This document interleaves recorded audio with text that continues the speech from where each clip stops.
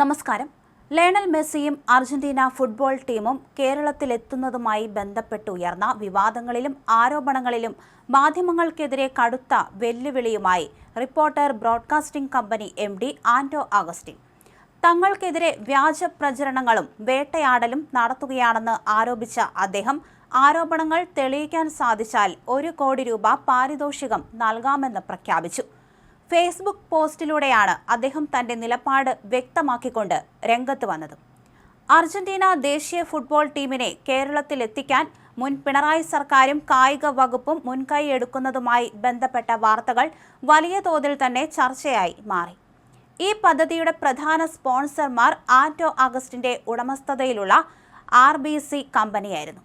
എന്നാൽ ഇതിന് പിന്നാലെ അർജന്റീന ഫുട്ബോൾ അസോസിയേഷനുമായി കരാറില്ലെന്നും പണം കൈമാറിയതിൽ ക്രമക്കേടുകൾ നടന്നിട്ടുണ്ടെന്നും കേന്ദ്ര അനുമതിയില്ലാതെയാണ് വിദേശത്തേക്ക് പണം അയച്ചതെന്നും ഉൾപ്പെടെയുള്ള വിവിധ ആരോപണങ്ങൾ പ്രമുഖ മാധ്യമങ്ങൾ ഉയർത്തിക്കൊണ്ടുവന്നു.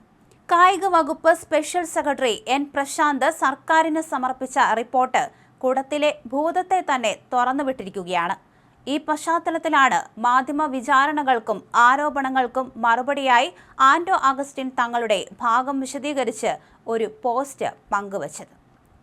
ആ പോസ്റ്റ് ഇങ്ങനെയായിരുന്നു: നാടിന് നാഴികക്കല്ലാകുമായിരുന്ന ഒരു വലിയ പദ്ധതി നടപ്പിലാക്കാൻ സർക്കാരിന് നൽകിയ പിന്തുണയുടെ പേരിലാണ് തങ്ങൾ ദിവസങ്ങളായി മാധ്യമ വേട്ടയാടൽ നേരിടുന്നതെന്ന് അദ്ദേഹം കുറിച്ചു. ഒരേ മേഖലയിൽ പ്രവർത്തിക്കുന്ന മറ്റ് സമൂഹ മാധ്യമങ്ങളാണ് റിപ്പോർട്ടർ TVയെ കുഴിച്ചുമൂടാൻ മുൻകൈയെടുക്കുന്നത് എന്നത് വേദനാജനകമാണെന്നും അദ്ദേഹം വ്യക്തമാക്കി. ഏഷ്യാനെറ്റ്, മനോരമ, 24, മാതൃഭൂമി, മീഡിയ 1 തുടങ്ങിയ പ്രധാന വാർത്താ ചാനലുകൾ ഉയർത്തിയ 6 പ്രധാന ആരോപണങ്ങളെയാണ് അദ്ദേഹം പോസ്റ്റിലൂടെ വെല്ലുവിളിച്ചത്.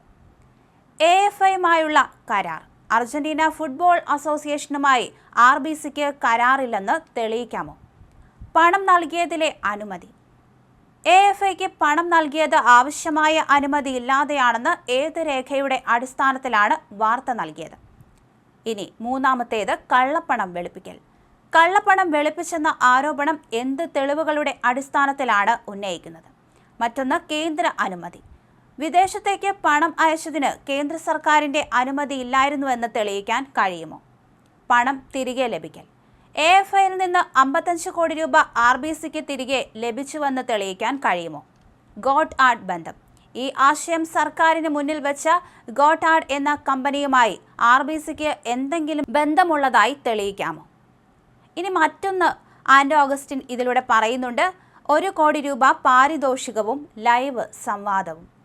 പ്രചരിപ്പിക്കുന്ന ഈ ആരോപണങ്ങളിൽ ഏതെങ്കിലും ഒന്ന് തെളിയിക്കാൻ കഴിഞ്ഞാൽ 1 കോടി രൂപ പാരിതോഷികം നൽകാൻ തയ്യാറാണെന്ന് അദ്ദേഹം പ്രഖ്യാപിച്ചു.